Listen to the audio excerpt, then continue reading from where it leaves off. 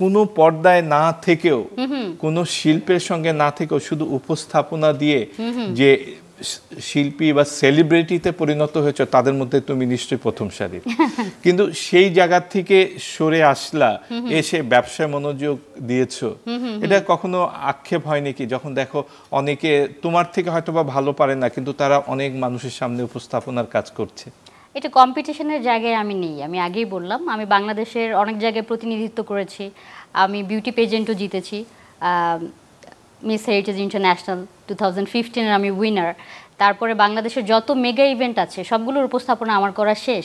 তো যেহেতু এখানে সরকারি কোনোভাবে উপস্থাপকদেরকে সম্মাননা দেওয়ার অথবা অ্যাওয়ার্ড দেওয়ার জায়গা নেই, তো আমার তো আর অ্যাচিভ করার কিছু নাই, আমি নায়িকাও হতে চাই না।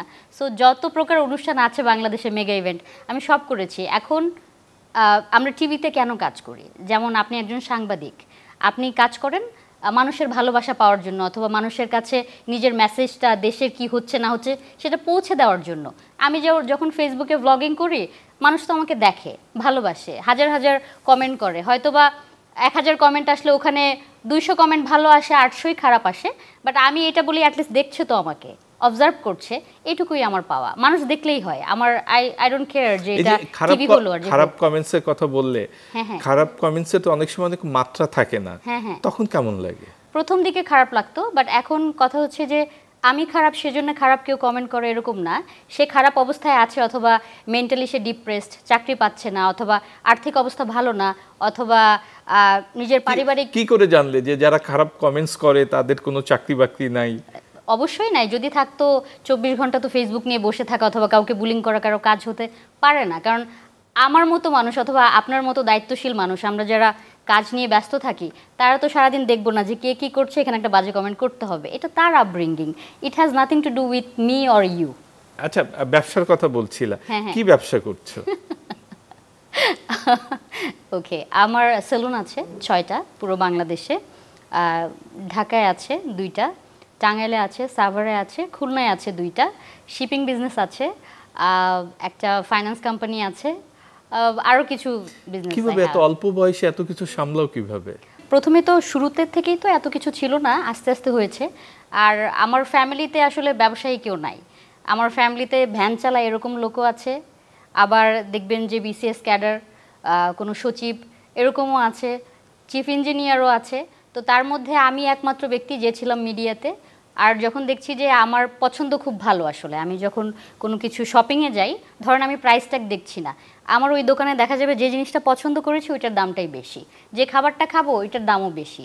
আমি ঘুরতে চাই, সো সেজন্য যে মিডিয়ার থেকে যাই ইনকাম করে আমি হয়তো দেশ বিদেশ ঘুরবো, অনুষ্ঠানের জন্য গেলাম সেটা আলাদা বিষয়, কিন্তু আমি যেখানে যেতে চাচ্ছি সেখানে তো আমি যেতে পারছি না, সেটার জন্য অর্থের প্রয়োজন রয়েছে।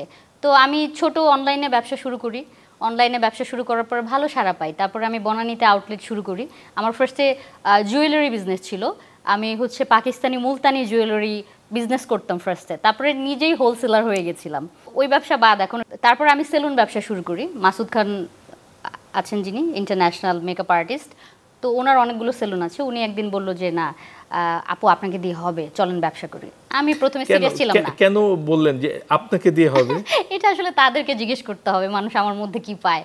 হ্যাঁ, তো হয়তোবা আমি একটু ফ্যাশন সচেতন আগের থেকে, ফ্যাশন ফরওয়ার্ড, তো সেজন্যই হয়তোবা বলেছিল, অথবা আমার ম্যানেজমেন্ট একটু ভালো। আর ভালো না হলে আসলে আমার এখন স্টাফ 200 জন, আমি ম্যানেজ করতে পারতাম না আলহামদুলিল্লাহ। সো একটা দুইটা করে অনেকগুলো ব্রাঞ্চ হয়ে গেল, কিভাবে হলো আমি নিজেও জানি না, ইটস লাইক ম্যাজিক।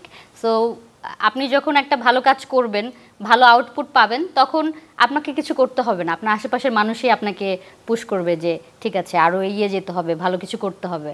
আর আমার প্রতিষ্ঠানে আমি যখন দেখি যে আমার জন্য 200 সংসার চলে, এটাই তো আমার জন্য বড় পাওয়া, এটা ব্লেসিং। মানে আমার নিজের আর্থিক নিডও এটা মেটাচ্ছে, আরও 200 ফ্যামিলির মানে কি বলবো, বাচ্চাদের স্কুলিং, বাসা ভাড়া, তারপরে তাদের 3 বেলা খাওয়ার ব্যবস্থা আমার কোম্পানিতে কাজ করে তারা পাচ্ছে। সো এটা অনেক বড় একটা ব্যাপার আমার কাছে।